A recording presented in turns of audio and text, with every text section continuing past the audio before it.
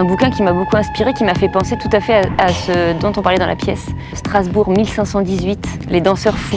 Ça raconte l'histoire de cette ville qui, en 1518, a vu une personne dans les rues se mettre à gesticuler sans raison apparente. Et puis une deuxième personne s'est mise à gesticuler, une troisième, une quatrième, 5, 10. Et puis ça a duré des jours, des semaines, des mois. Et les gens semblaient ne plus pouvoir s'arrêter de bouger, de danser.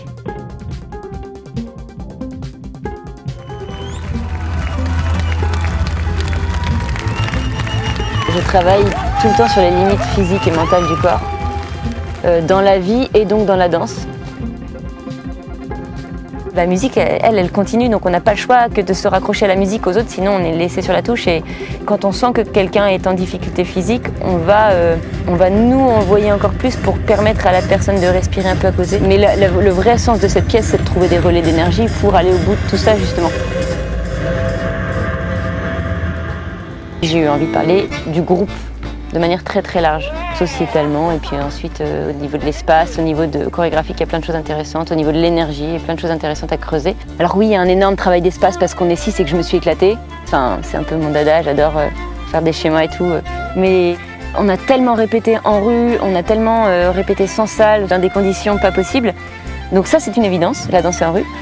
Maintenant, j'ai voulu l'amener en salle, mais de manière complètement différente dans les corps, et moi ça me passionne. Donc de voir des corps se transformer comme ça, et on met pas du tout les mêmes choses en valeur, on vit pas du tout la danse de la même manière, et les relais d'énergie sont pas du tout les mêmes, parce qu'on peut tous envoyer du début à la fin en salle, donc il y a un truc, on y va tous, et c'est jouissif ce moment où tout le monde a l'énergie. J'amène aussi à travers cette pièce les gens dans un voyage. Et je suis très très inspirée de tout ce qui se passe à travers le monde et dans d'autres cultures.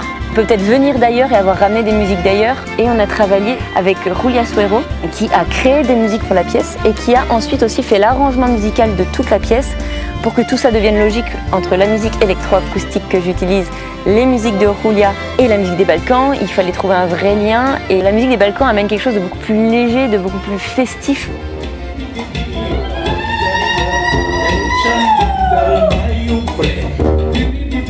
On ne sait pas quand les gens ont commencé à danser, et puis finalement ça continue.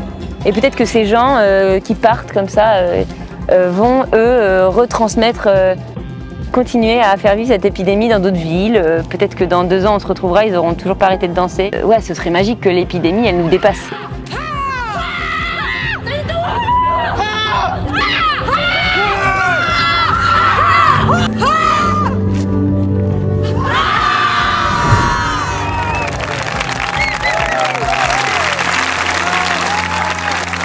L'objectif, ce serait de donner envie aux gens de se mettre en mouvement, au moins à l'intérieur d'eux-mêmes, au moins qu'ils aient cette espèce de bouillonnement où ils ont envie de se mettre en mouvement.